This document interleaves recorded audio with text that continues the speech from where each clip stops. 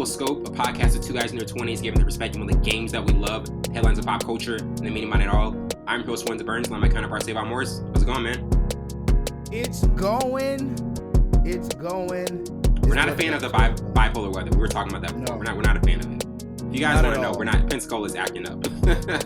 Pensacola and surrounding areas. You can hear it in my voice.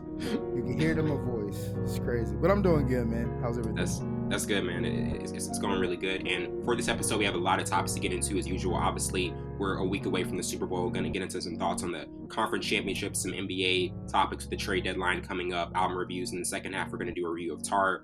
To start off with just thoughts on Kansas City's thrilling win versus Cincinnati to get back to the Super Bowl. The Chiefs won 23-20, even though they were missing 3 wide receivers to injuries. And obviously, like the major defining play of this AFC Championship was Mahomes, taking off on a third down play near midfield. And after he reached the mark he needed, he was also pushed by Joseph Asai, and that brought the 15-yard penalty and the ensuing game-winning field goal. But to you, like, what were your takeaways from this dramatic finish, and also, how the game was officiated? Because there was some controversy with that. There were moments where the Cincinnati could have gotten the ball back, but drives were extended for Kansas City. Mm-hmm. But what were some of your overall takeaways? I thought it was a mix of bad officiating for sure for both sides. I think they let these guys play in certain areas of the game that really matter the most, but you can't negate Patrick Mahomes was like 3 yards out of bounds, and you pushed a guy. He's already out. He's one of the star quarterbacks of the league. Can't do that. He's going to get that Tom Brady treatment. He's going to get that call every time, 9 times out of 10. So that was a mental error for him. Do not do that. It's crunch time. They're going to protect the face of the league. Exactly. And it was a clear penalty. He's out of bounds. But outside of that, I thought the game was really, really good. Just thinking about it's a big defensive game. I didn't think they're going to put up big points on either side. What I love what the Chiefs did, they rattled Joe Burrow early Jones on. Was a beast. Yes.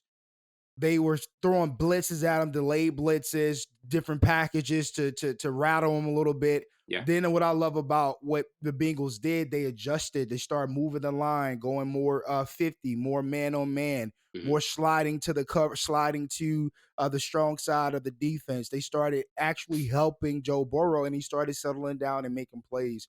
But I love the defense aspect of this game. Yeah. Patrick Mahomes, that penalty, I would have called that penalty if I was a referee. It's blatant. Guy got pushed out of bounds, 3 yards out of bounds. So, but I thought it was a great game. I think Joe Burrow has a lot in store in his career, and we just continue to see Patrick Mahomes under pressure. Burrow, I know they didn't pull off this win, but this was a game of inches. Like, he was really close to pulling it off. That 4th and 6 that he had to Jamar Chase, even that 3rd and 16 with a minute left, to you, in terms of the fact this is like Burrow's 3rd year, and he's been in back-to-back AFC championships, and he on the road as well never looks rattled. Like, what are your thoughts on just kind of like what's the next step for him, and just how well he's playing this early in his career? I think they made it easy for him, right? So his first year, it was he got injured, didn't really see a full ongoing of what we're going to see from Joe Burrow. Then the second year, his first full year, they go draft Jamar Chase, one of his good buddies, one of wide receivers. They groomed this team for Joe Burrow. They got the running backs. They went to go on the defensive side. They shopped around, got Eli Apple the second year, his first full year. So they groomed this team for him to be able to get to the AFC Championship and the Super Bowl last year. Yeah. So I see them continue to do that.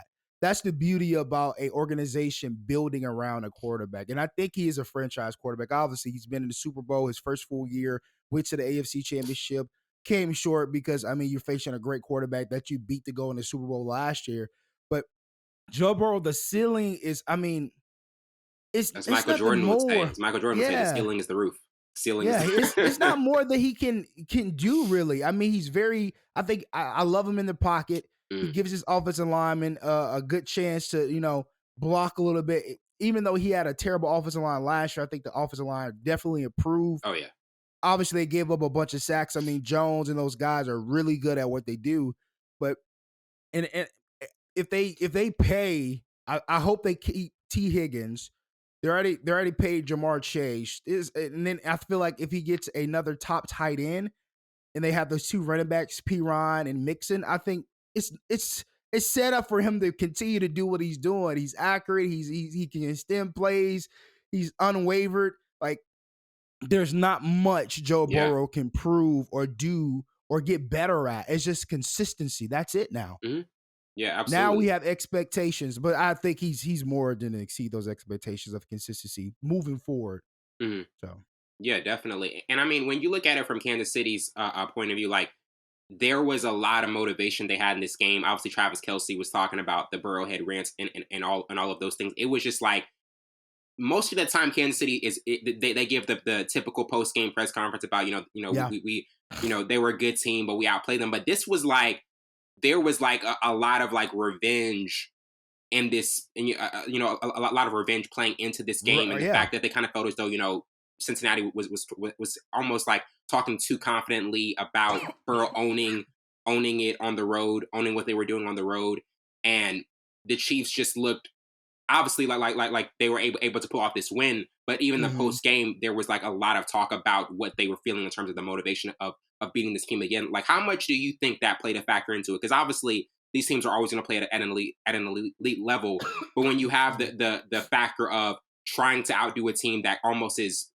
too confident against you, and is saying things that you kind of feel as though like, hey, it's a little too premature. How much do you think that played into a factor of them winning as well?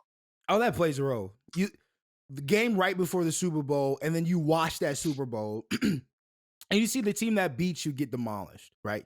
Yeah. Can't run the ball. Had to throw 70, 85% of the time in that game. Joe Burrow still looked good, but they just got demolished. The Rams was a better team. And you're thinking to yourself, we lost to them. They went in our place. So this year, they marked that calendar. Like, if we get down to the situation, we know we have a mixed offseason. Tyreek Hill just left. We don't have the top wide receivers. Now we have to be creative. Now we have to get guys in the backfield, running backs who can do dual. They love doing that. You go get Juju. So it was a mixed thing, but best believe if they got into the playoffs and they met the Bengals, which they did, they was like, okay, this is our vendetta. We have to show them why they should never been in the Super Bowl last year. So I think that definitely fueled, but it wasn't the focal point. Then you have a banged up quarterback in Patrick Mahomes that you don't know if he's going to finish the game or what's going to happen. He's going to tweak his ankle more. But I think that was the foundation of it. We can't let this team beat us to go back to the Super Bowl. But I think other things fueled them to be able to just, pull it out. And obviously the last play came down to the wire with the penalty. So you could tell how good both of these teams were playing that game.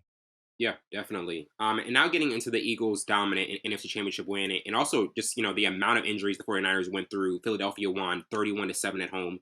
And obviously the biggest story for San Francisco was them losing Brock Purdy and then Josh Johnson to injuries. And the Eagles' defense had a stellar performance with, their pass rushers creating pressure at a remarkable rate. And Javon Hargrave won 50% of his 12 pass rushing snaps en route to 4 pressures. And this is a game where, like, we both felt as though these were probably like the two best teams in the NFC. Yeah. The Eagles have been dominant all year. Brock Purdy was playing really well for San Francisco, but this wasn't the matchup. This wasn't the way I think anybody expected this to play out with Purdy going out in the backup, and then Christian McCaffrey having to be in there. Like, it was just like, who can we put in at quarterback when all of our quarterbacks are gone? Like, what were your thoughts on this win for Philadelphia, and also just kind of like the bizarre nature of how the game played out?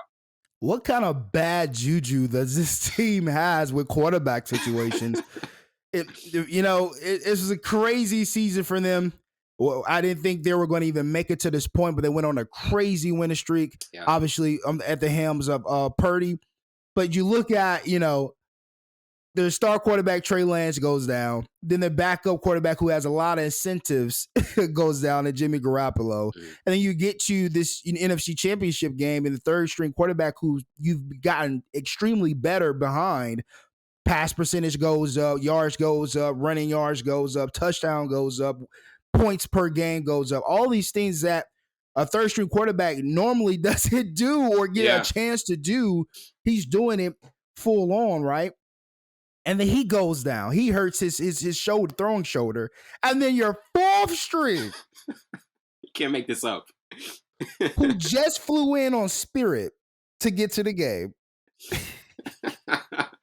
Flew on Spirit Airlines to get to the game. Oh, man. I get the dress out, goes down. It's not an ideal situation, but even if I think if Purdy was fully healthy, I think it would have been a ball game.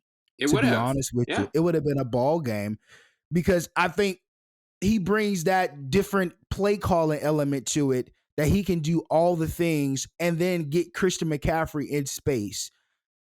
But I do think Eagles would have still have won.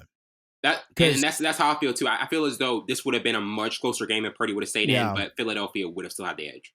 Yeah, because Jalen Hurts looked good. That defense looked really, really good. I mean, to be able to touch him and get that injury, that means he had pressure and he was getting a hit. So I think that would have been a continuation of things because they mix up their blitzes, they mix up their defensive packages. They would have made Purdy very uncomfortable back there, which they did early and often, and that's how he got injured. So hats off to that defense. Hats off to Jalen Hurts, man. He was on point, accurate. He didn't rattle. I mean, I love this guy's story and what all he's accomplished. It's so hard not to root for him, man. It's just really, really likable guy. And I'm gonna say this right now, Alabama. No, you cannot claim Jalen Hurts. That's exactly what I was going to ask. People were like, oh, so you guys are claiming him now, but let him go to Oklahoma. Right. You did not develop Jalen Hurts. You had Jalen Hurts stagnant with your offensive play calling. The biggest plays he got was rollout bootlegs and a couple slant routes, just mediocre play calling, right? Then he gets to Oklahoma. They believed in him. They gave him a full playbook and see what he did. So, and then they count him out. A lot of people counted him out with the Philadelphia Eagles, but that's neither here and there. What a story. Jalen Hurts, go get you a Super Bowl, man. Go get that Super Bowl. Silence all the haters, and now they're gonna be on your bandwagon bus with popcorn and rattles with beads in it and milk cartons with beads in it. Just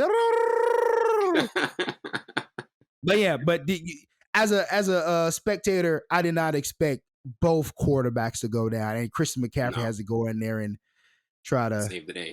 Save the day, which he definitely did do. But that's crazy. And now getting into thoughts on Tom Brady's second retirement announcement. This past Wednesday, Brady decided to announce he's leaving the game after kind of a storied 23-year NFL career, during which he won 7 Super Bowls and set numerous records. He's also set to start broadcasting with Fox Sports next year and has already agreed to a 10-year contract worth $375 million. But what are your thoughts on this announcement from Brady? Because obviously this last season, we all saw like how different it was for Tampa Bay. Obviously, things he was going with off the field. There were just so many insinuating circumstances that didn't make this feel like a typical year for Brady. But how do you feel about the way he went out and also just like the way the season played out for Tampa Bay? You don't get another rollout red carpet after you retire a second time, man. You're like all these older gents that say they got retired with 40 years working at something, and then they get a job in 2 years, right? And then they re-retire. You don't get a re-retire party, bro. Go into the sunset where the beach where you were. And I think that video was definitely he did that video before because he was at a movie premiere, his movie premiere. And it didn't add up. The location didn't add up. Yeah, he did that beforehand because he was at his movie premiere that was showing of I forgot what it's called, but he was at a movie premiere, and I think he did that beforehand.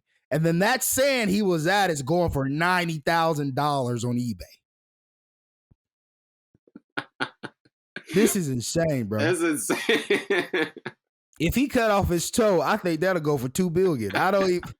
This is the toe he threw all those touchdowns in the Super Bowl on in the bio. But man, I mean, obviously one of the greatest quarterback ever, one of the greatest players ever set foot on the football field. We gave you your flowers. You get one rose this time. That's what, even the second announcement, people were just kind of like, "We did this last year. We did this last year. Like we gave you all your flowers last year. We can't do it again. Like we know we get it. We get it. You're good. We get it. Like Now you could just go. Let's hear Broadcasting. you transition. I hope they get Greg Olsen a fair shake because he stepped in that role because it was anticipating Tom Brady be retired, and that was supposed to be his position. Hope they give Greg Olsen a fair shake because he did a phenomenal this year. He did a great He's job. done good. Yeah. He did really good this year. So, yeah, greatest of all time, first ballot Hall of Famer. Go, transition. I don't think he'll be on air that much, Tom Brady. I don't think he'll be air much. I think he'll be in the studio most times or doing like a remote something. Like I don't think he will be doing that for 10 years. I think it's some tweaks in the contract. It's very different with him and Peyton because Peyton Manning's like a natural like even with what he does Monday nights with Eli, he kind of fits more to that post because I feel like even we see with inside the NBA with like Shaq, Chuck and Kenny, like there are some players, even Draymond Green, they fit naturally in that broadcasting role. Like after the game, can you kind of tell like when certain players like, hey, like they're gonna fit better in that like that broadcasting role and just kind of have that presence afterwards and not just kind of be a one-dimensional type of person. No, it's some guys that surprise you, really. Tony Romo really surprised me. I think his football IQ, it really helps him when it comes to broadcasting. And I think Nance really carries him as well. And Nance is a prima donna. I've heard so much about Nance as a broadcaster, but he's old school. He's been in the game for a long time, but I do think he carries and helps Tony Romo. But if Tony Romo didn't have the football IQ, I don't think he'll be a good broadcaster. But I think Tom Brady will be fine. I think he has that banter. He's a funny guy.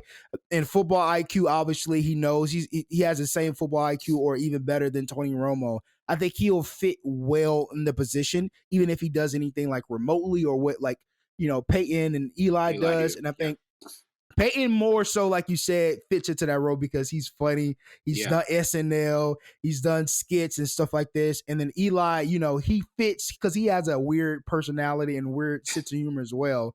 But I think Tom Brady be funny. Just interact, even on the golf course with those guys. And just like, I think he has that banter. You just need banter. You need football IQ and just be able to talk. You look at Greg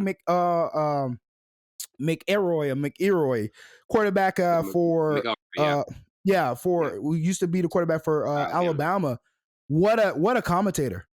Awesome, has the voice, IQ, banter. He's weirdly funny as well. So that's still the things that you need to be on an air, like a on air analyst.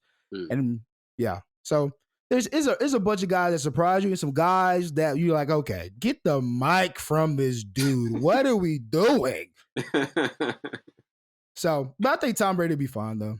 Yeah, absolutely. And now getting into Sean Payton's new coaching destination with the Denver Broncos. The Broncos formally announced Payton as the team's new coach on Friday, and this is going to be a 5-year contract. He's now replacing Nathaniel Hackett, who was fired December 26th, just 15 games into his first year with the team. And obviously with the Broncos, like, it's in their first year with Russell Wilson, went through an extremely tough season, and Sean Payton, he's worked with obviously a Hall of Fame legendary quarterback in Drew Brees, and works really well with quarterbacks. Like, how do you feel as though like this fit is going to work with him? Because I think we even mentioned when Mr. Johnny was on that Sean Payton was another one of those coaches that was lurking in the scenes of possibly being that next guy to get an NFL gig, and now he's got one with obviously a Hall of Fame future quarterback in Russell Wilson.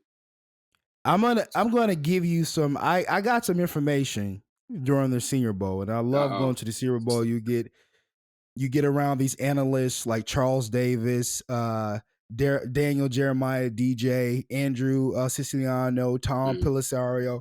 And you get to shoot in the jaw and just listen to conversations, and I'm sure they're not going to listen to this podcast.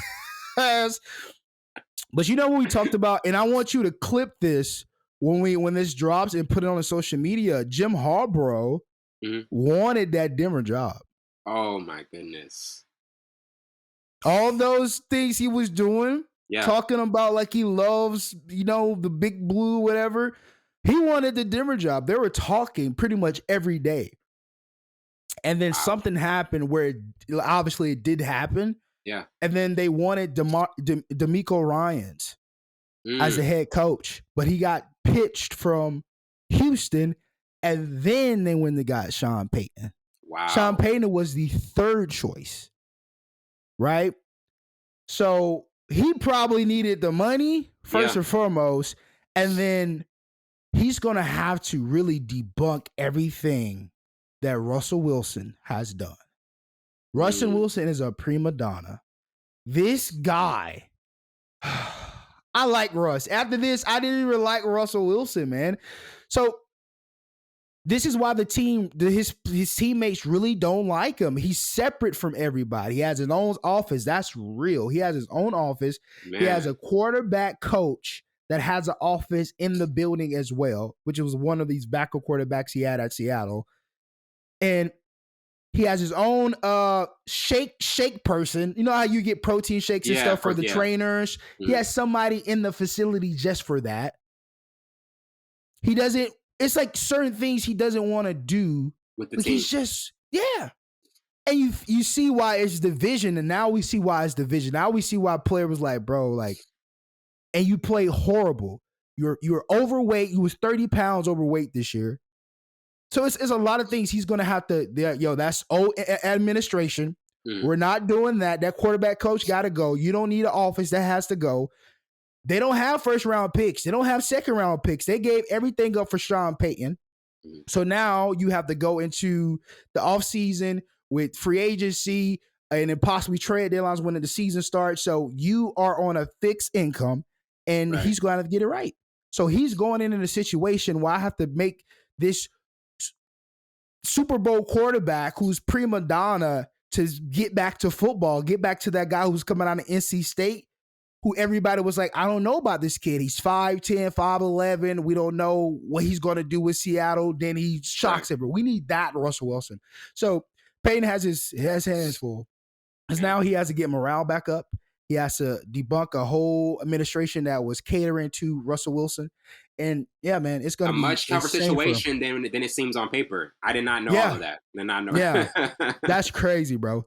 It's a lot more going in there. So I had to sign an NDA, a verbal NDA. So which is crazy, man. And you get all that information. I'm like, yo, this is why I missed this. This is why I miss being around this. But no, man, he has his work cut out for him. But I think Sean Payton, if anybody, I think he could do it. Yeah, and I feel like that's one of the things. Like everybody feels as though if there's a coach who can do that. Like when a coach is out for a year though, and it's just broadcasting, and obviously like with Sean Payton, there were always rumors about like he probably will get back into the coaching gig. Like, do you feel as though when coaches are out for a year, it's kind of a struggle to like you're enjoying some time off, but you still kind of have that itch like when the season is going on and you're talking about these games that you really want to get back into that routine. Yeah, and I think this was his plan all along. I think he wanted something different from New Orleans, right? I think he wanted to be somewhere else, and he had to sit. He sat out a year. It was potentially going to sit out a second year if everything worked out, either for Jim Harbaugh or if they'd have got D'Amico Ryans. But now he gets his opportunity to get back and get acclimated back to the game. But I do think he has the opportunity that came out at heavy cost to be able to coach another team. But I think, because he did it before when it was like doing those bounties and stuff at the New Orleans Saints, and he coached his son's football team, which I thought was not true, but it was actually true, and they made a movie out of it, which was super crazy. So I think he's done this before. He's used to it now. Okay, I want to get back. Okay, I think I have more to bring to the game. Yeah, because if you retire, and like, okay, because he didn't retire that time, he had to take a break. But if you retire and you say, man, I think I could bring something back to the game. And I think that's what Tom Brady said. Like, I have more. I just have a little more to bring to the game of football. But Sean Payton, man, you have your work cut out for you. Yeah. Things aren't always as they seem. No, it's not. And now transitioning to the NBA, obviously the breaking news this past Friday with Kyrie demanding a trade before the deadline, and thoughts on this news. And this was obviously not what many were expecting with how well the Nets have been playing recently. And this was made after talks about a new contract, not going to his liking. And this signals an ending to his tenure with the franchise, either then or after the season ends. But I mean, like, the Nets are fourth in the East, having winning multiple games without KD. Kyrie was averaging near 30. And it came this past Friday, came out of nobody was really thinking like that was going to be the demand. Obviously, this was a a trade deadline that is going to have a lot of moves made by elite teams because there's no clear cut favorite. But what were your thoughts on this request from Kyrie, and also just all of the suitors? Because obviously the Lakers are mentioned, the Mavericks, the Clippers, the Heat. There's going to be a lot of suitors that are teams that can try to possibly be legit contenders. Yeah, that I remember it popping up on my phone, and I'm like, Kyrie. And I get it because I think he said something he had in his clause that they don't win a championship in so many years, then he's out of there, right? Out. So I understand that. So that's obviously the public doesn't know the confines of his contract and incentives that's in his contract. So I understand it, especially they didn't have his back when this anti-Semitic whatever rhetoric was out there. They try to chastise him for something he really didn't do. So I understand it. Like that was the last straw. Like, okay, I don't see us winning the championship. KD's not back. We don't know when he's going to get back. I'm playing lights out and we're still losing. So this is not a championship team. And I understand it. At this point in your career, you made all the money. You're chasing championships, right? Yeah. So, and then in my contract, I had this in my contract. So you need to trade me. So I understand it. But I just want him to play basketball. The next team you go to, bro, it has to be the team you retire from. You can't keep bouncing around.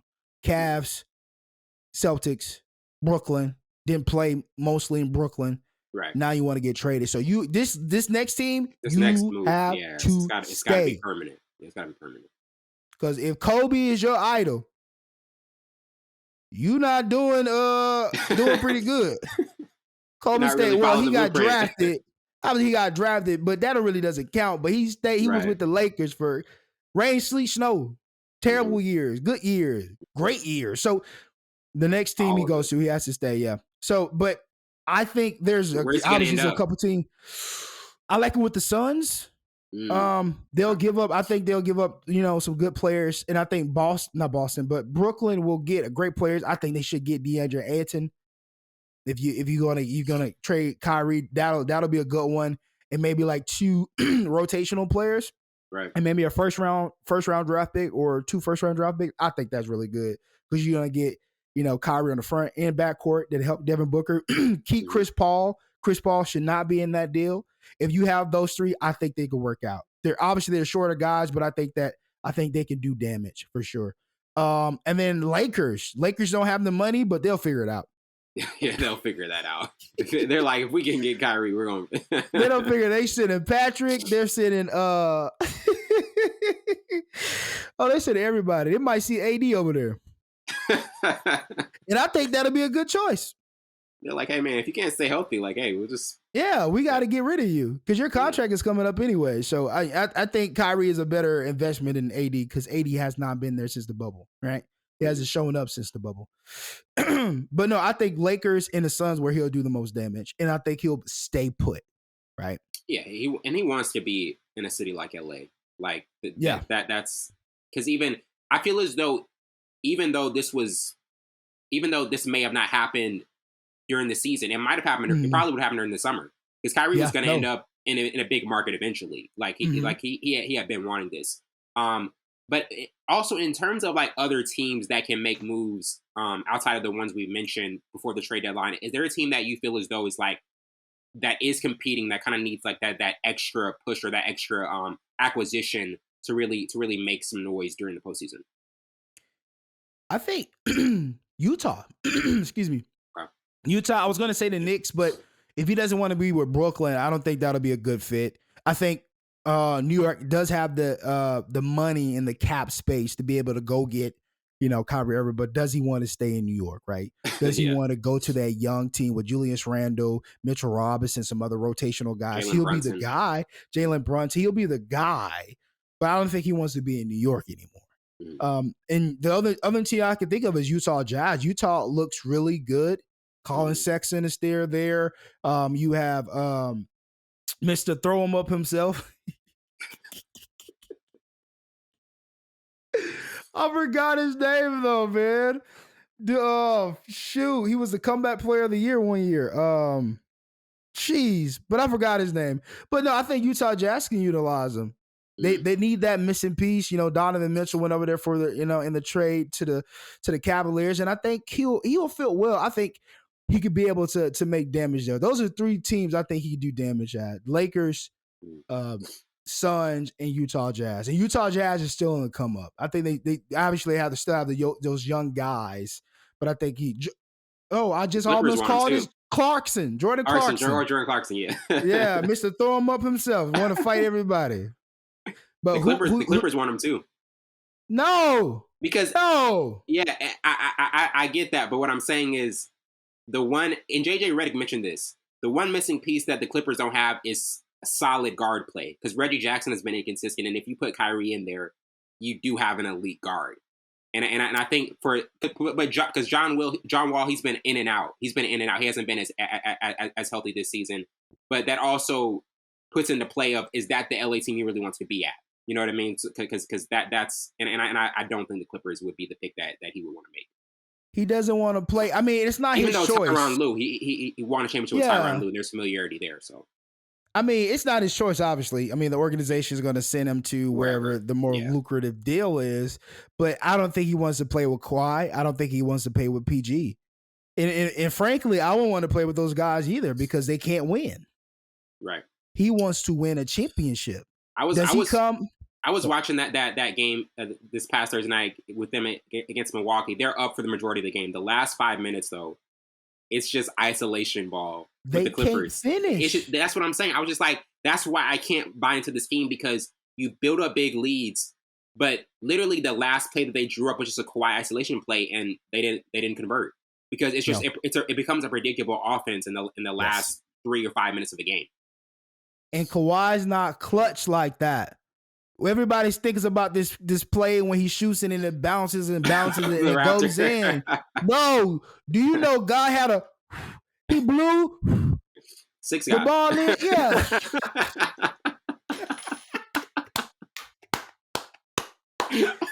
Wellington. That's funny, man. 6 guy. Bro, that's so funny. That's hilarious, bro. That's funny. But no, he's not clutch like that, man. And I went if I'm Kyrie, I don't want to go there.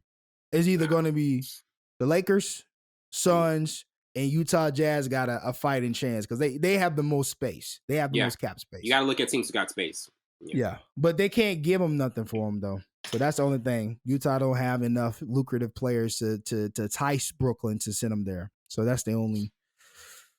That's the downside. Well, yeah. Well, that's a big hiccup and downside. That's a huge one. But they got the space for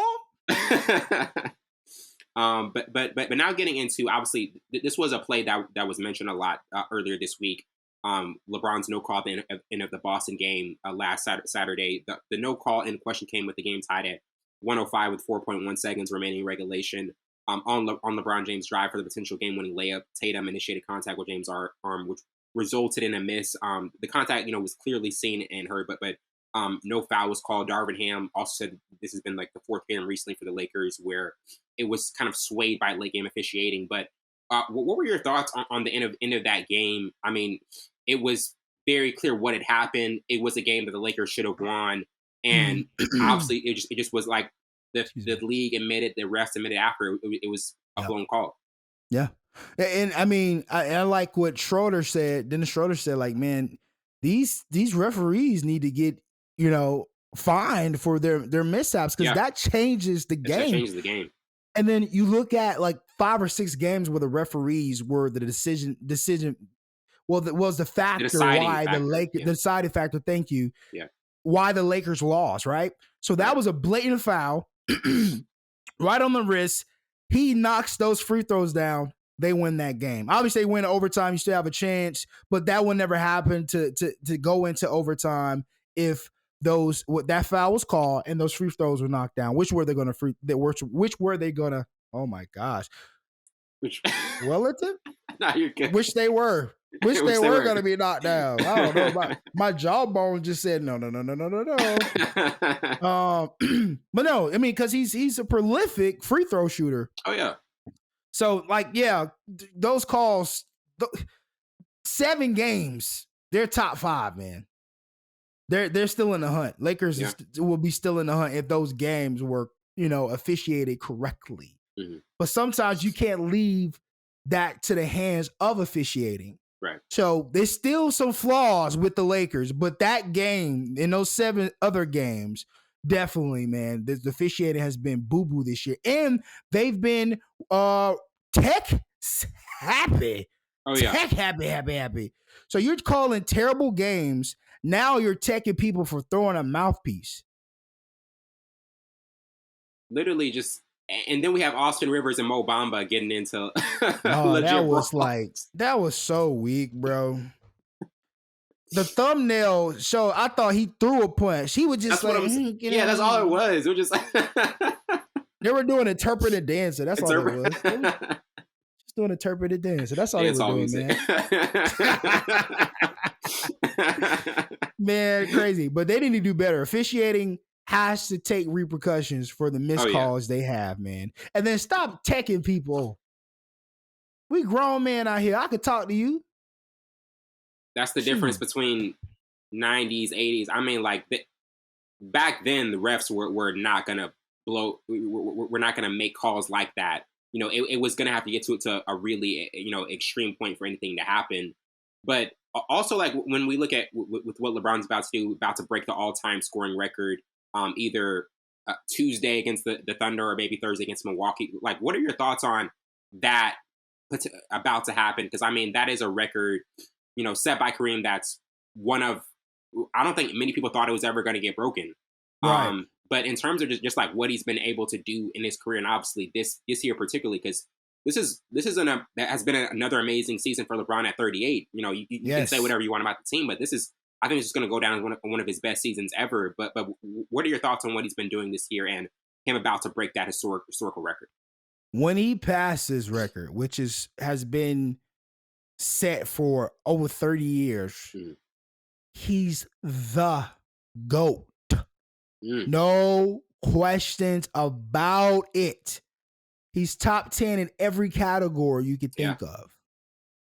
He has more than 3 championship rings. More than 2 MVP. Yes, more than 2 MVPs, league MVPs, all-star guy. Like, bro, there's nothing. Assists, rebounds, blocks. Yeah, any category you want, he's said it. GOAT. Yeah. What more? And his sons are better than his sons. He's the GOAT, bro. Yeah. When he passes, I don't want to hear no more debates. He's the GOAT. Greatest of all time. Not the greatest career. Greatest of all time. Mm-hmm. Let's put some respect on it. He's 38, still balling like he's 21. Well, 28.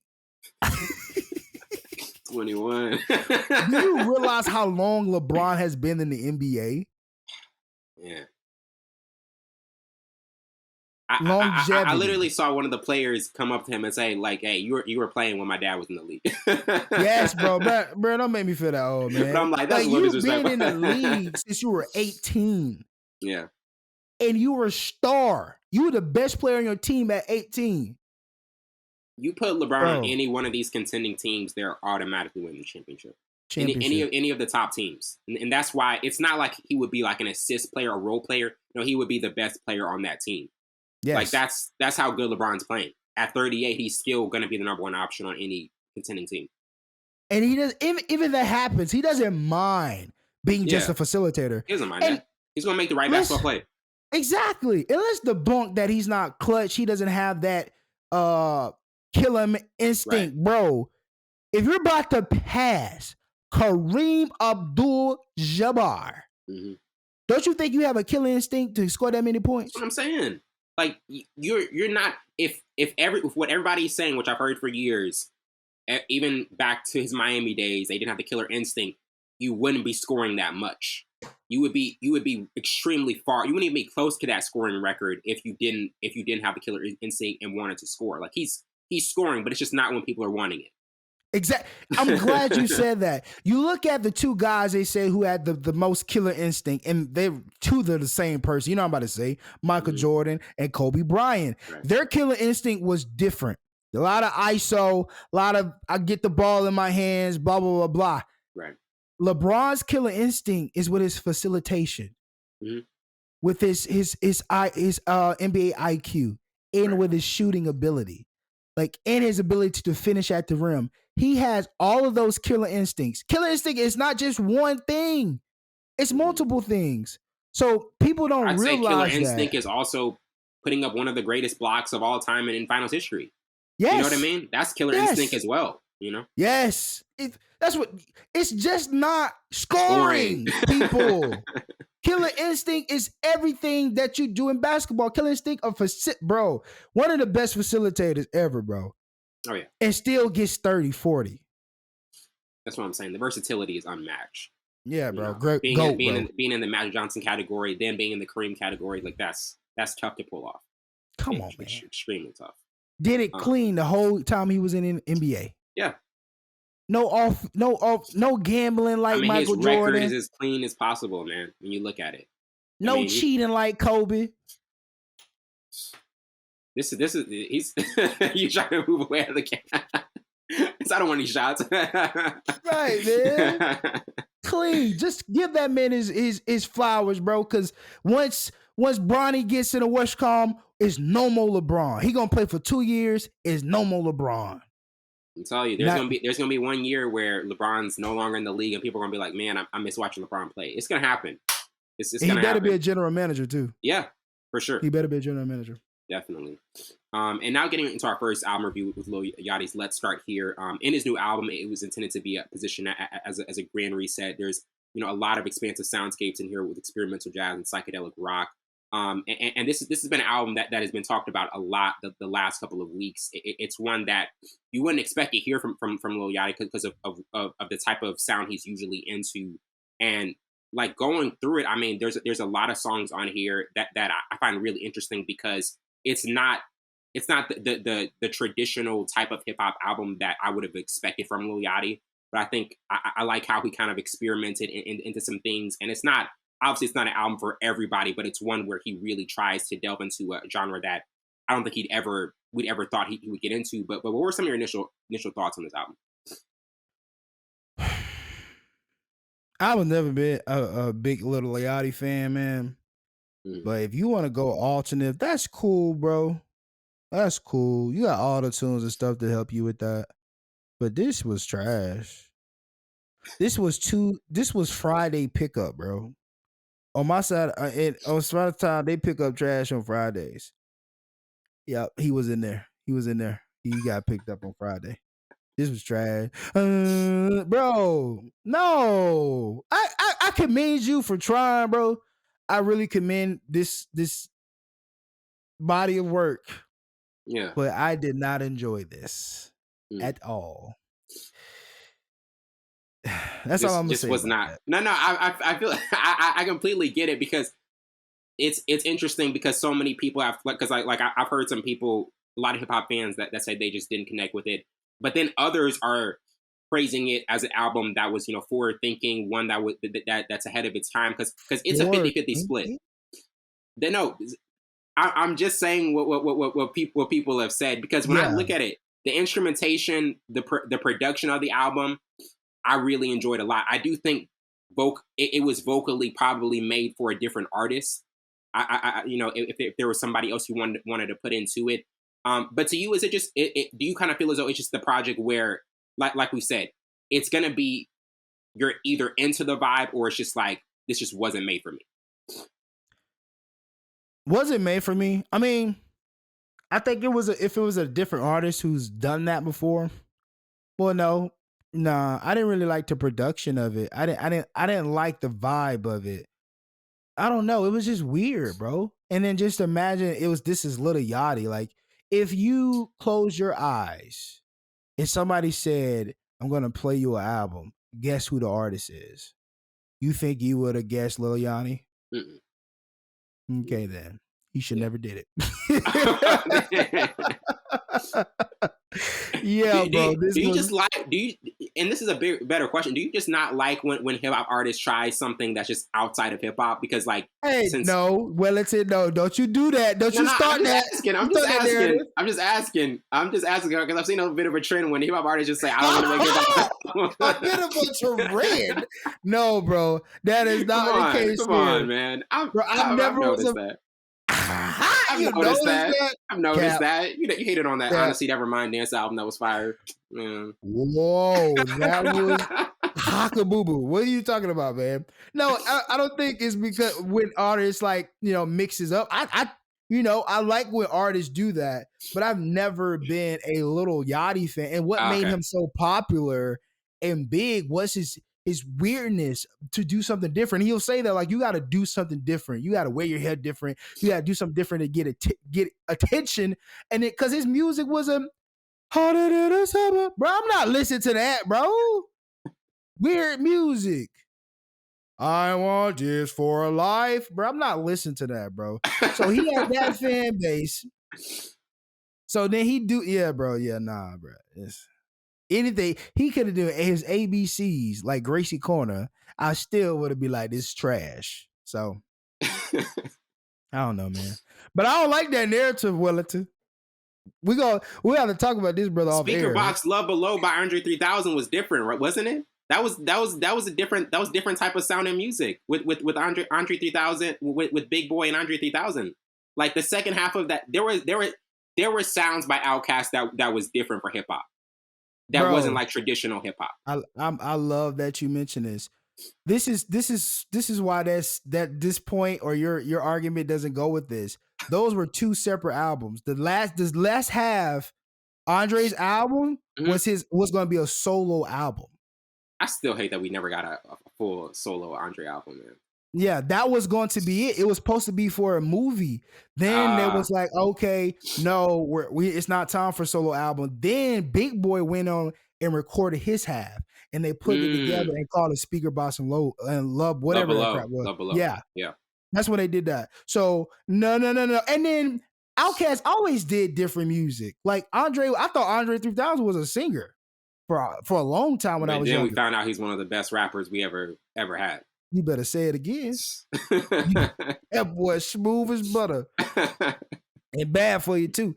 But no, man, yeah. So I don't know. Look, yeah. But Lil Yachty ain't hip hop. Tyler even said that's the one reason he won't put Andre 3000 as his greatest rapper ever, because he didn't have one solo album. And I feel as though if he had one full solo album, we would have really been able to see what he could just do as an artist without any collaboration. But he carried Outkast. Yeah. He really did. Yeah, all those ideas and things came from Andre. You could tell by the DNA that's in the music. Like the singing, the hooks. Man, you think Big Boy came over and singing along? Like, bro, come on, man. You think Big Boy came over? That's Andre. Hey, that's Andre, bro. Yeah. Like, you could tell all that music. Bounce that foot. Everybody get to the bro. That's Andre. That's his imprint. So, yeah, man. I get what Tyler's saying, but man, that solo album, no, so Big is in my top 5. He only had like 1.5 solo. 2. He already died. Life after death. Yeah, goated. Just imagine if he had a full discography. Yeah, bro, that's man. What would he be like if he's still alive? But go ahead.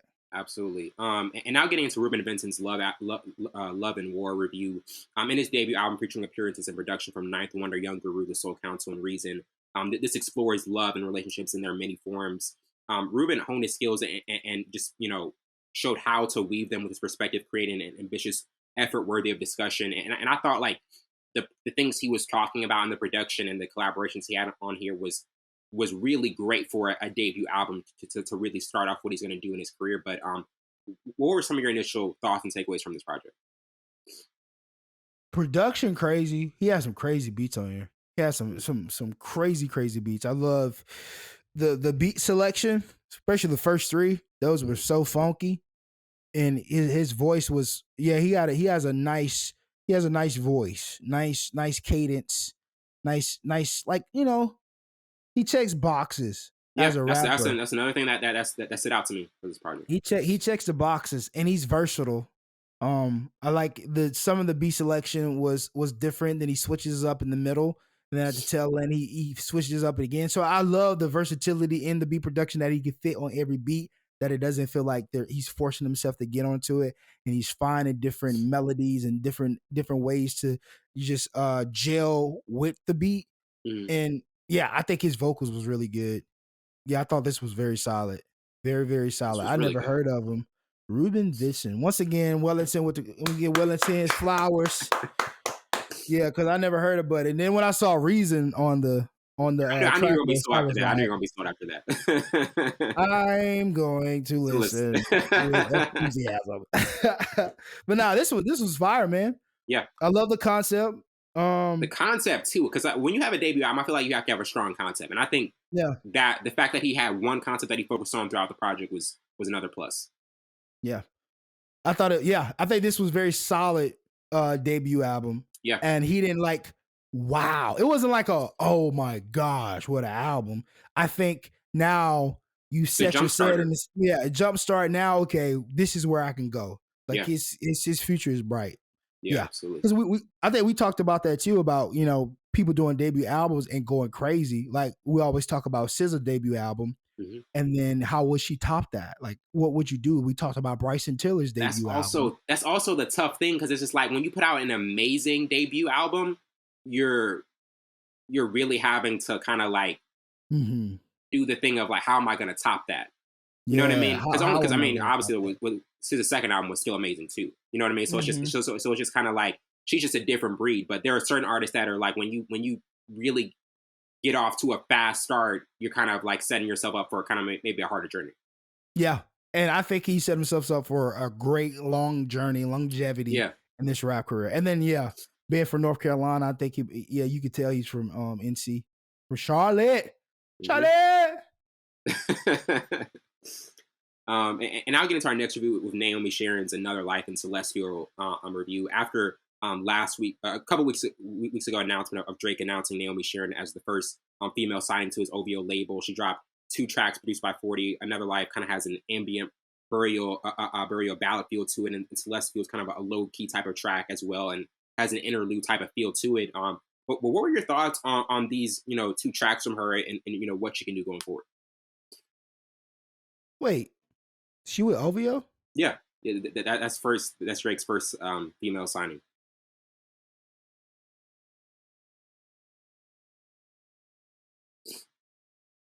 You know?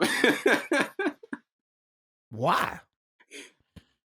I mean, a few years ago when he had that Rapid Radar interview there, he was talking about how he wanted to bring a female to the label. So I think this is something that he had kind of been wanting to do for a while now. That's a terrible decision. Really? Terrible decision. Did not like her music. She literally sounds like an artist he already has on his label. I don't think he's still on it. Plaza. Okay. I get that. And I don't like Plaza. Yeah, this was trash. Both of them was trash. I mean, it's mediocre. Mm-hmm. He must be never mind. Certified Lover Boy. Gotta be. Yeah, I mean. Yeah, I didn't like it. It was, I mean, she sounds like Plaza, Woman Plaza. Like literally. Like vibe. A repeat of production. somebody else. Yeah, like you already got that. Like go get somebody else. Like, yeah, that's why I was like, wait. And then I looked down and it says OVO Sound. Yo, that was she might have dropped something else, because that wasn't it. Man, I kind of wish she would have signed Cecily.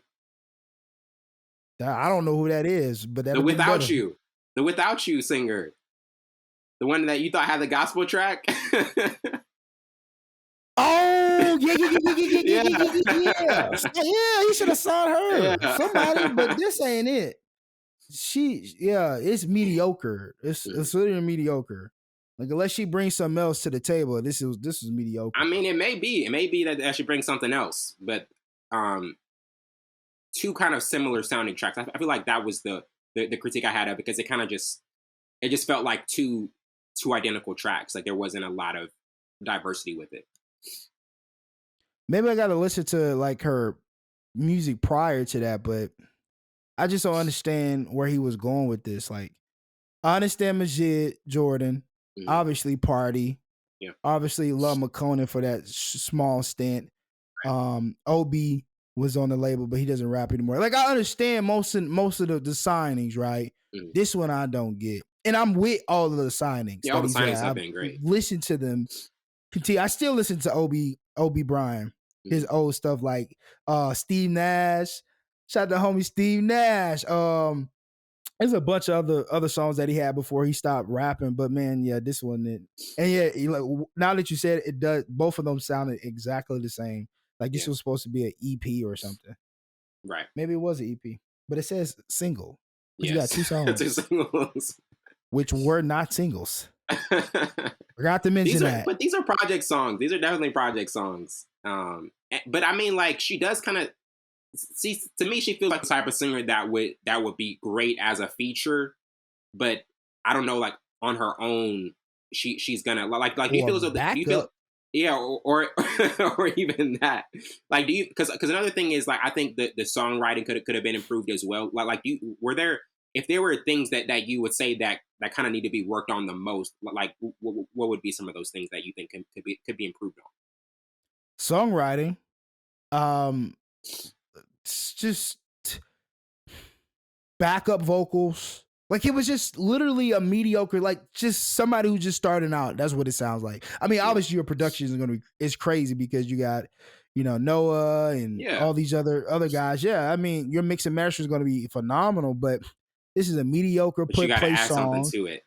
Yeah. This, I don't know what she needs to be improved or improve on, but yeah, bro, this wasn't it, bro. Yeah. When you have production like that, you got to enhance it. You really have to. Yeah, you got Noah Shabib. Yeah, you got 40. You got 40 in there. Come on, 40's going crazy, and then you're just like not adding anything to it. So nothing, not adding nothing to it, bro. It's craziness, man. And now getting into our next review with J. Cole's Procrastination. Burke song. And this was a kind of a huge moment for a YouTube producer, Bevitman, who has been, grinding for a long time, making type beats that are very good. And J. Cole took notice and hopped on one of his beats, which turned into this song.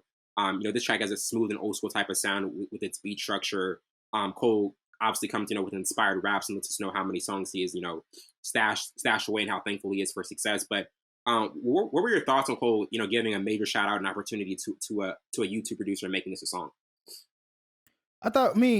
Batman is already a fire producer. I've used a bunch of his beats as well.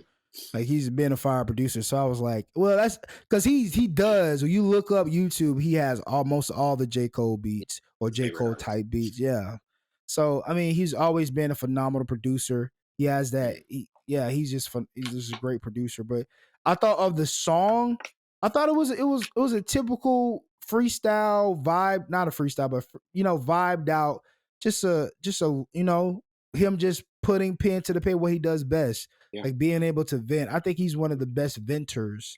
In the game, and he's so transparent in his music. Obviously, he's been doing that from different stages of his career, especially with multiple albums that he's had. But I thought it was really dope. I thought he touched on a lot of stuff, and still, like, he's at the peak of his career and still being, holding accountability to himself as an artist. Yeah. A lot of artists don't do that. Especially when you're a top tier artist. Do you still hold yourself accountability, or do you feed into what people tell you? So that's what I love about J. Cole. He's so transparent. He holds himself accountable as an artist. Like, it's so much stuff I want to still do that I'm not doing that I should do. So, man, his transparency is really cool.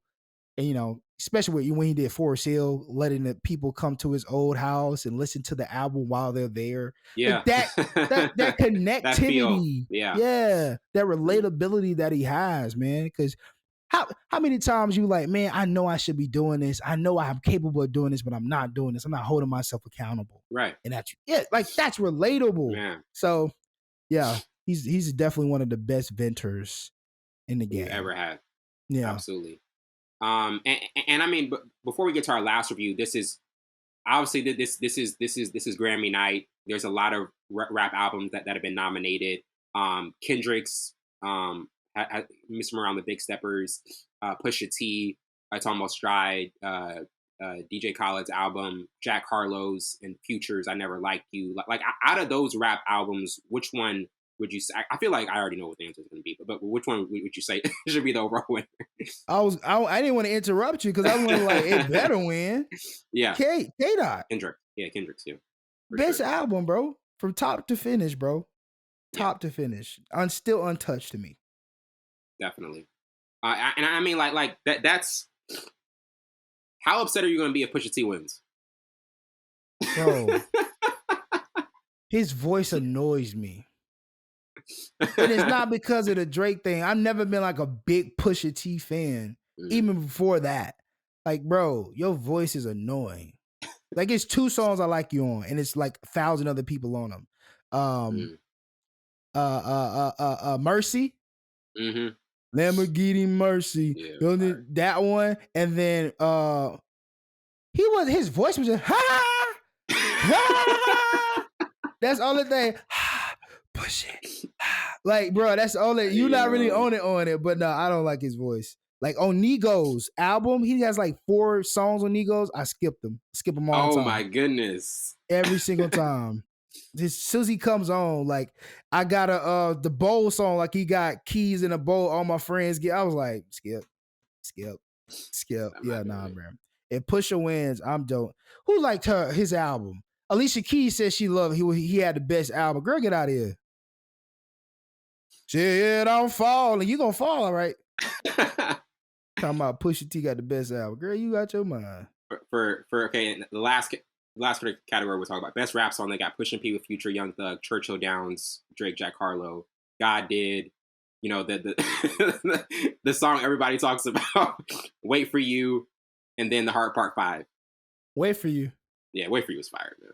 Yeah, Wait for You should win. If Jack Harlow wins, bro, I have lost all.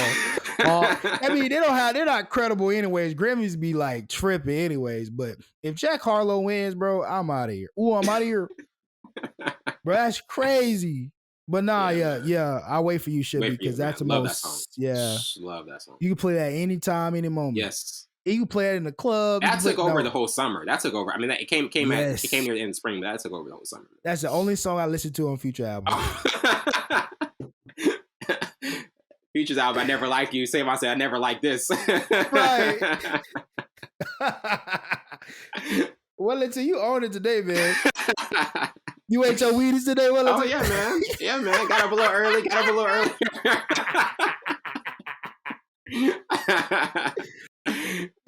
early. Put on the jog, have a morning coffee. Morning coffee for sure. But now getting into our last few with Little Brothers of Listening. In this album back in 2003, this is a project that kind of, continues to shape hip hop as it, have the melodic marriage of singing and rapping that Fonte had perfected.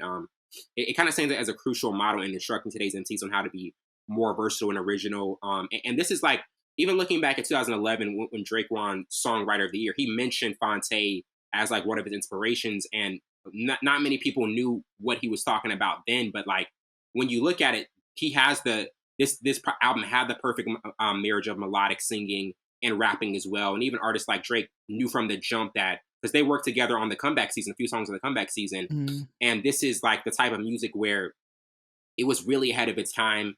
The songwriting's incredible, the interludes, all of that, it just flows really well. But what were your initial thoughts on it, looking back at it as it's approaching its 20-year anniversary?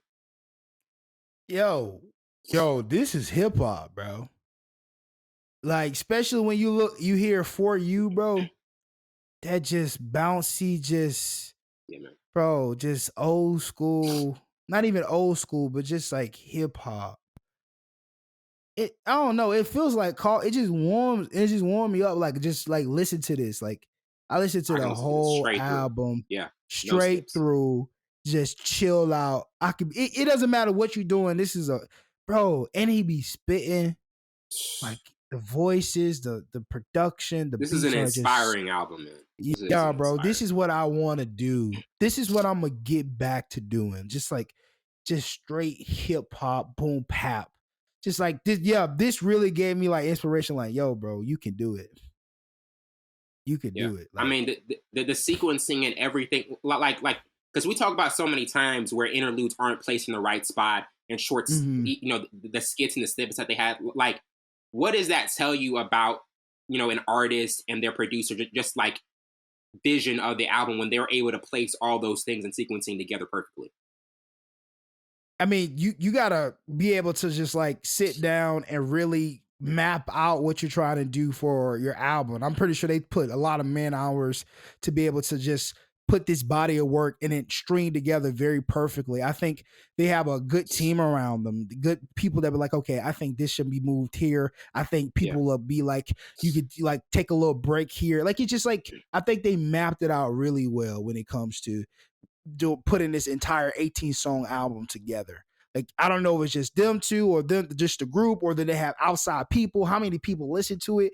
But whoever listened to, whoever gave them feedback, or if it's just them, they did a phenomenal job just putting this together because everything flowed together. I didn't get bored. They gave me a break within the album. Like give your ears because at a certain point, your ears you can't have the same type of music in your ears and I'd be like, okay, I don't want to listen to this anymore. Never was a thought, never happened. They gave the ears a break. Like those are this is a perfect album.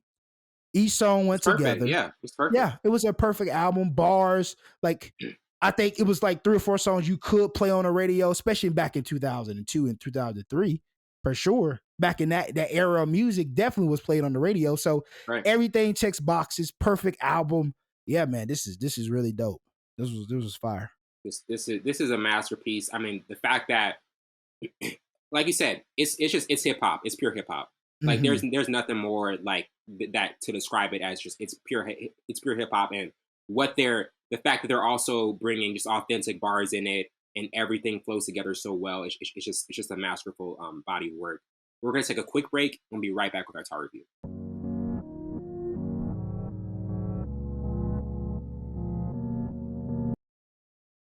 Welcome back to the show, and now we're getting into our Tar review. To start off with the overview, Tar is a 2022 psychological drama film written and directed by Todd Field and starring Cate Blanchett. The film follows fictional composer and conductor Lydia Tarr. The supporting cast includes Nina Hoss, Naomi Merlan, Sophie Carr, and Julian Glover. Tar premiered at the 79th Venice International Film Festival in September 22, where Blanchett won the Volpe Cope for Best Actress. It had a budget of 35 million and brought in 10.1 million into the box office. It also has a 91% rating on Rotten Tomatoes, and Cate Blanchett won Best Actress in a Motion Picture Drama at the 80th Golden Globe Awards. But looking at this film, like what were your initial thoughts on it? Kind of being one that had a really stellar performance from Cate Blanchett, and also how this movie kind of riffs brilliantly on the side of fame fueled power. I thought this film was an interesting one. I don't I don't know. It's certain movies about the arts that I'm not completely drawn to Mm. immediately, right? And then I don't know. I don't like how it just starts and we're introduced by her character right off the back, right? Because if you're going to arts, I want to like it's just like her introduces her on the stage, like she's the conductor, how brilliant she is, and then actually no, I actually like that because she was a terrible person. Terrible. She Like, was this a is a terrible horrible person. person. Actually, I get that. It just me us. You see, you gotta talk it out with somebody. When I watched it, I didn't really talk about it with anybody, but I do like that because they build her up in her Mhm. personality, her inwardness tore her down, and only a few people knew who she really was, especially with all the affair and her trying to delete emails and stuff. But I thought it was good enough. That was a good Yeah, enough film. I mean, 35 million budget when you bring $10.1 million, but she won a lot of awards for it a though. lot of awards, man. Like and I think she's already like won two, maybe one or two Oscars in the past. So she's Hmm. she's uh, she's obviously like a Yeah, a familiar winner at the Oscars and a lot of award shows. And like to me, like this is one of those movies early on, like you said, how she gets brought in, the dramatic nature of it. I don't know why this is like my favorite movie from last year. This is the type of movie that I like because it's like it has that like kind of like dark artistic feel to it, and it feels like every scene is pivotal to leading up to the actual end point. But getting to our first topic, from 1 to 4 stars, what would you give it? What would be your particular rating? I get 2.5. Oh my goodness! I'm sorry, Wellington. Goodness. I give it a 2.5. I mean, I didn't really like how it was shot. Okay. Yeah, and I knew that was going to be a deduction. I didn't like the character development for most characters. But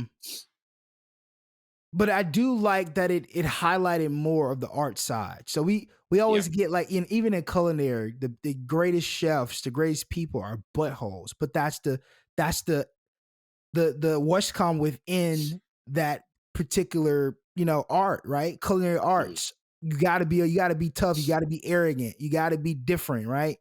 It doesn't, even in performing arts, when it comes to music, most of those conductors are buttholes. And it showed that everybody kissed up to her, that she had her own agenda. She had an appetite. She definitely had an appetite in this one.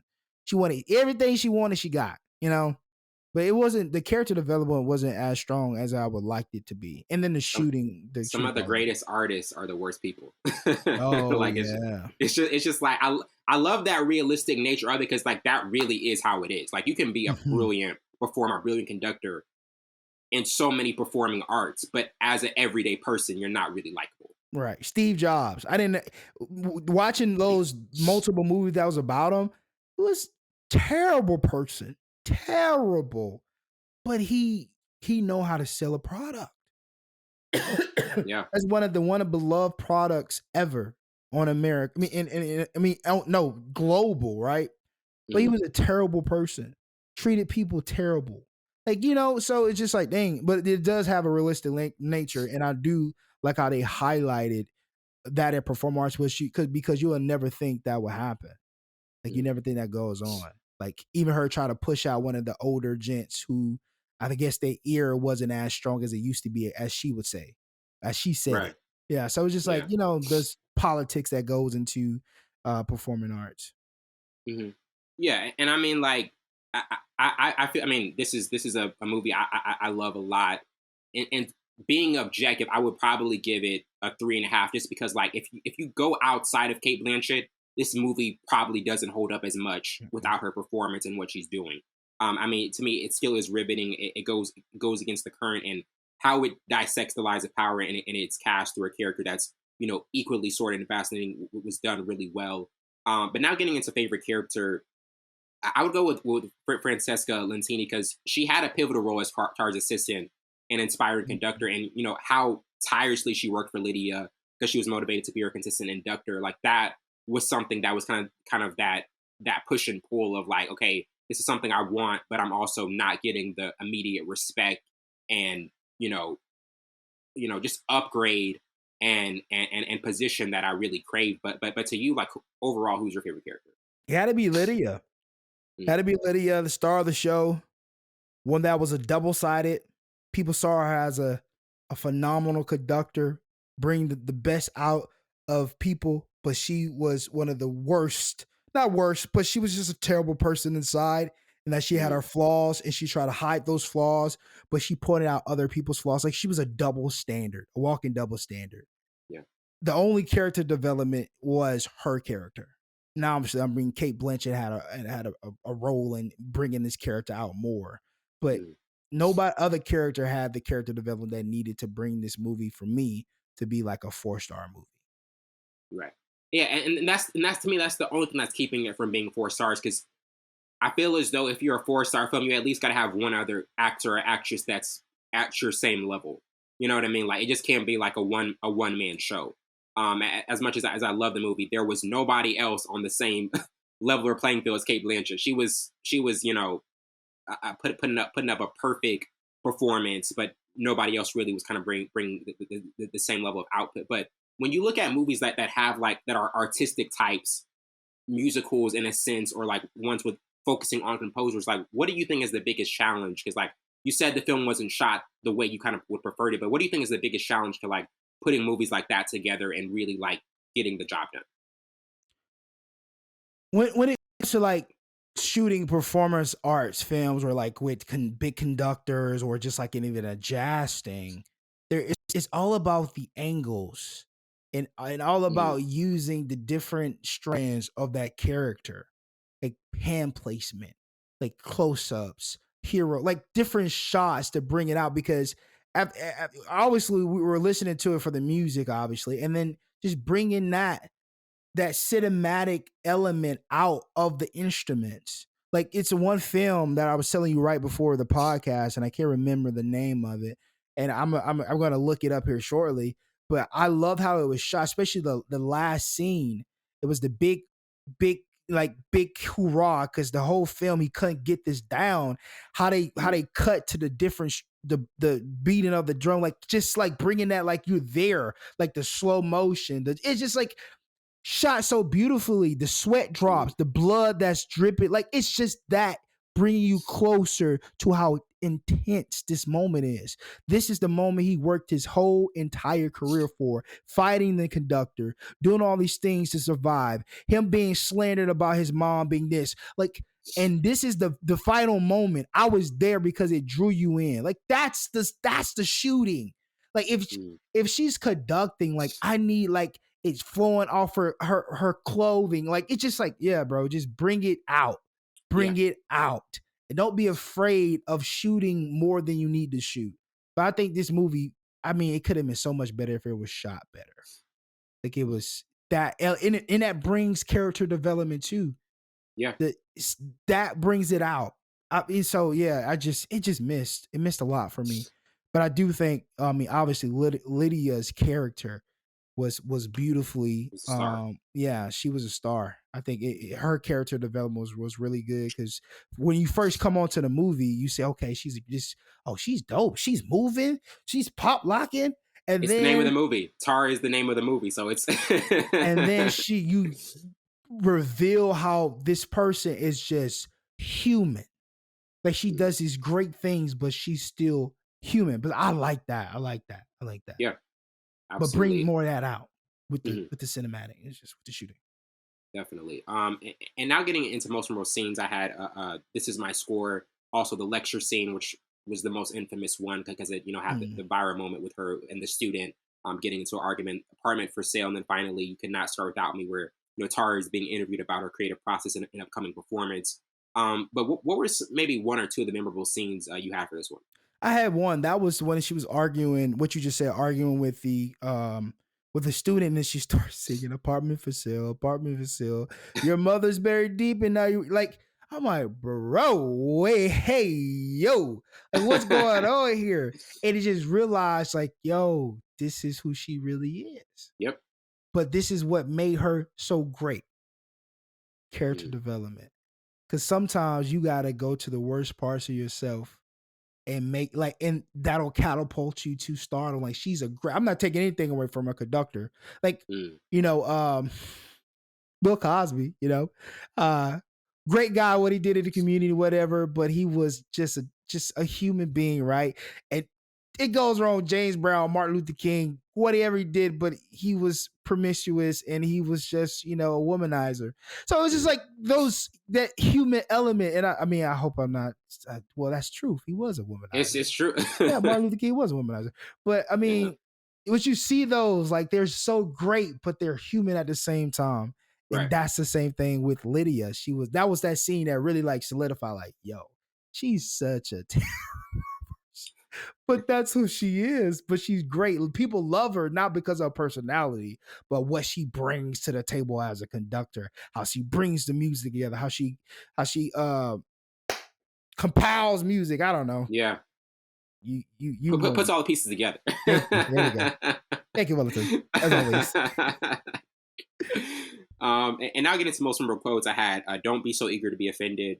Yep. Unfortunately, the architect of your soul appears to be social media. You want to dance the mass, you must service the composer. Mm-hmm. Lead guitar is many things. Time is the thing. Time is the essential piece of interpretation. Also, so it's physical as well as emotional. And then finally, there's no limit to the different kinds of feelings music can make you have. Yep. I mean, to me, like the quotes are even may even be some of the best parts of the entire movie because I feel like the dialogue in here. We can talk about how it was shot and certain surrounding characters, but the dialogue in here was very like gripping, and that was like one of the focal points of the entire film. But to you, like what were some of the memorable quotes in here for you? Um, Even within her personality, I think a little light of who she used to be spawns out, right? Just Mhm. sprouts out in different spurts, especially when she was talking to Max. When he's like, "You're a F and B," and she was like, "You're a robot," and she was like, "There's no glory for a robot, Elliot." Oh no, not hold on, wait. Is it Elliot or Max? I think it was there was tied together, but she said, "There's no Yeah. glory for a robot. Do your own thing." Mm. Right? Yeah. Time is the thing. Like she gave gems within that. And I Mhm. think it made me not hate her character all the same because she did like even when like you look at chefs like Jordan Ramsay, he's like his what's called his mentor was like that, but he gave him gems. But yeah, you could be arrogant, you could be this way, you can do this, but you still have to teach and bring people up.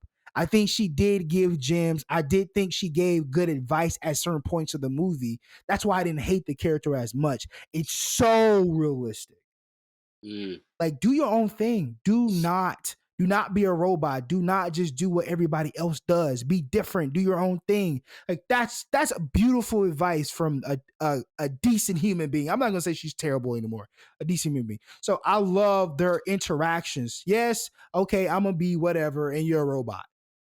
At least I'm Mm. different, right? At least I did this thing that got me to this point. What are you doing? You're doing the same thing everybody else is doing. Don't do that. Do your own thing. So yeah. Yeah. I don't hate her character. This was a complex character. This was a Yes, complex. I mean, character because the more, development. like you said, when you watch the movie by yourself, you're thinking you're having all these thoughts. But when you're just in it later on, when you're actually conversing about it with somebody else and doing a review of it, you start thinking about like, what did I like? What didn't I like? What was driving? Because this was a person who was driven by a lot. Like when Mm-hmm. she got back on the set and bumped off the conductor and said, this is my score. She was Yes, possessive. She was possessive like that, yes. and that's one of the most notable scenes of the entire movie. Like she's possessive. Like she's like, this is mine. Like this is nobody else's but mine. So She that said, really "You combined. you effing little nothing." I was like, "Yo, yeah, yeah." See, she has an appetite. She definitely has an appetite. This Hmm. is my thing, you know. But Right. they respected her for it. They didn't like her, but that's the thing. I'm not here to be liked. I'm not here to. No, you're gonna respect what I do, right? And Mhm. and that's it's so realistic. That's why I said her character was the only character that they set out to be like, okay, we're gonna have different strands of this within this character, and Kate Blanchett can bring that out with her acting. So Absolutely. her character was definitely by far carried this whole film. They just Definitely, needed man. one more That's character, the only one more thing. Just character. one more person to put up an A-level performance. That was It it. could have been her assistant. They could have gave her assistant I think the more. assistant could have done more. The Yeah, assistant could have done because you could tell she could have put up a yes, really high level performance. because she could have Yeah. been her easily because she was that gifted. Yes. So yeah, you miss out. I hope you miss out on that, man. Yeah. They could have made it Definitely. a 4 star. And now getting into what did you like the most about the storyline? To me, just how the sound design and the score by Hildur Guanatier were almost characters in the film and kind of fit the story where so much depended on what is heard Mhm. about tone and tempo. Like the score in this movie had to go along with what was actually being played out and portrayed. But to you, like what particular element of this storyline did you kind of like the most? I like the realistic nature of all the arts. This is what happens. This is what it takes. Are you going to be a robot, or can you get outside your own self and be something you don't want to be successful? And I think that's what this film really said. Like I'm sure she wasn't like that when she first started doing music, right? And then to be able to get to that point, you gotta do things you don't want to do. You gotta step outside. You gotta feed into it, right? Yeah. But then she gives you gems. I love that realistic nature. That's so realistic. I know a bunch of media guys are douchebags, but they'll give you some gems. They'll give you good advice. But that's how they got to that point. Yeah. It's I love something that. that is absolutely. And before we get to the last topic, like we the one recurring thing we've mentioned is just like how we feel as though that assistant could have like even had a better performance. Like when a director is kind of, they have a star, they have somebody they're focused on. Do you feel as Mhm. though sometimes it's, even though they don't want it to happen this way, they can kind of like get lost in the shuffle of just focusing on the central character who's the biggest person in the movie, but also kind of like forgetting, hey, actually elevate this to a certain status, we got to bring up somebody else on the outside to really kind of equal the movie. I don't know about all films, but particularly this film, I think they missed that opportunity, because if she had any type of protege or hidden protege, it was her assistant.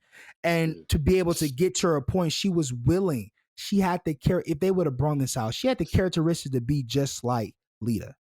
Lydia. She did everything Lydia did. She knew what she had to do to get to that point to be her assistant. She was willing to do Right. anything. Develop that. Bring that out. Give her a little side of her life. Just like bring that character out just a little bit. Have some friction between the two. Even when they was deleting emails about her affair, like bring some of that. I don't want to delete the emails. Use that as blackmail. Come on. It was It was easily right could have. there. It was It was right right there. there. Be your assistant, and I'll delete the emails. Simple writing. Bring it out. That Mhm. could have made the film. But I don't know if it would have took away from what they were trying to do. But I do think it would have enhanced the film. Right. Absolutely. I think it would have did that. And now getting to our last topic, 10 years from now, do you still think it'll be watchable and intriguing? This is obviously a really current movie. It is being nominated in the Oscar category. It's Mhm. getting a lot of awards, and I think like this is a movie that's, like I say, Kate Blanchett. She's a defining actress of this Yeah. generation. Mhm. Any movie she's in that's award driven, it's gonna get views for years to come. I think this is the type of movie that obviously you have to settle into it, and it's gonna get your attention from the jump. Even though we Mhm. have mentioned certain deficiencies of the movie, this is one that's gonna get your attention from the jump. It's, to me, like this was obviously a super long film, but it was one that was hard for me to go away from, because like you said, there are moments that are extremely penetrating, just very, gripping, and really get to the point. To you, how do you feel like this movie will age another decade from now? This is gonna age pretty good, I think. Yeah. Just for just Kate Blanchett's career, I think this was a role you definitely take at the like. Not, I want to say the tail career, because she's played in so many films. She's brought so many characters out. I love her in Benjamin Button. Oh my gosh, I love her Yeah, in that's what we Benjamin got to do. Button.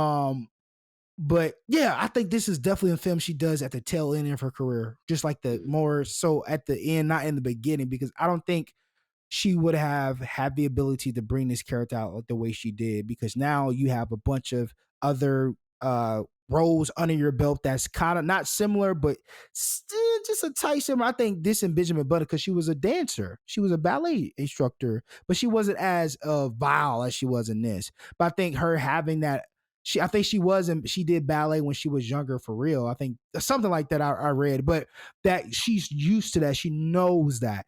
Now I could bring that to life of what I probably experienced in the ballet, because ballet is tough too. Black Swan?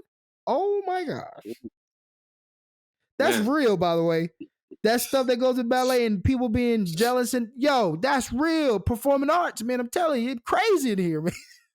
So I feel like she was at the right time of her career to being us out, and then obviously she's getting the accolades that come in right behind it. And then if they missed out, this film would have did even better if they would just developed another character.